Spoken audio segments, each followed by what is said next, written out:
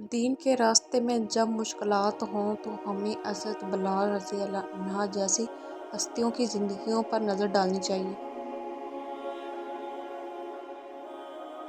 موت ایک تلخ حقیقت ہے، اسے شیر حقیقت بنانے میں مصروف عمل رہو۔ حضور اکرم صلی اللہ علیہ وسلم کی محبت میں اگر جان بھی چلی جائے تو یہ گھاٹے کا سودا نہیں۔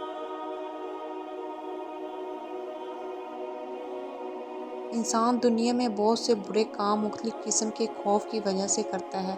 اگر خدا کی مدد پر یقین کامل ہو جائے تو انسان لاتعداد برائیوں سے بچ سکتا ہے۔ جب نصرت الہی پر کامل یقین ہو جائے تو مومن کے دل سے مخلوق کا خوف ختم ہو جاتا ہے۔ جو علم تجھ سے نہ لے لے، اس علم سے جہل بہت بہتر ہے۔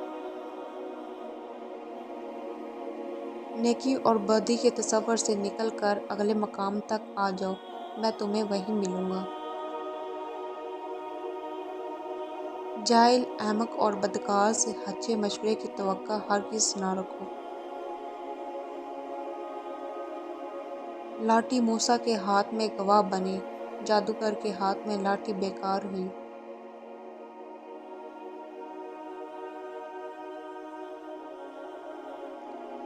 جو لوگ اللہ تعالیٰ کے احکامات کی پیروی کرتے ہیں، اللہ تعالیٰ دنیا اور آخرت میں ان کا مقام مرتبہ بلند فرما دیتا ہے۔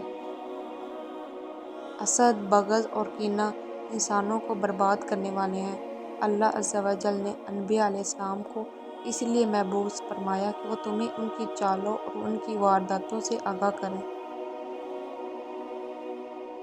دنیا حاصل کرنا برائی نہیں، لیکن جب دنیا کو آخرت پر ترجیح دی جائے تو پھر سراسر خسارہ ہی خسارہ ہے۔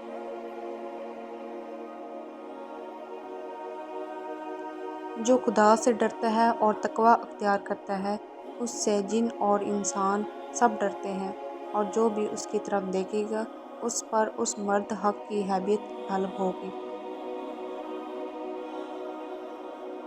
انسانی ذات محدود ہے اور خدا لامحدود۔ اگر محدود یعنی انسان لامحدود کا امتحان لینے کی کوشش کرے تو اس سے حماقت اور بے وقوفی کے سوا اور کیا کہا جا سکتا ہے۔ نبوت سے پہلے بہت سے انبیاء کرام نے بکریاں چلاتے تھے، جس میں حکمت یہ ہے کہ انبیاء کرام کا صبر اور وقار ظاہر ہو جائے اور صبر علم کی عادت پیدا ہو جائے۔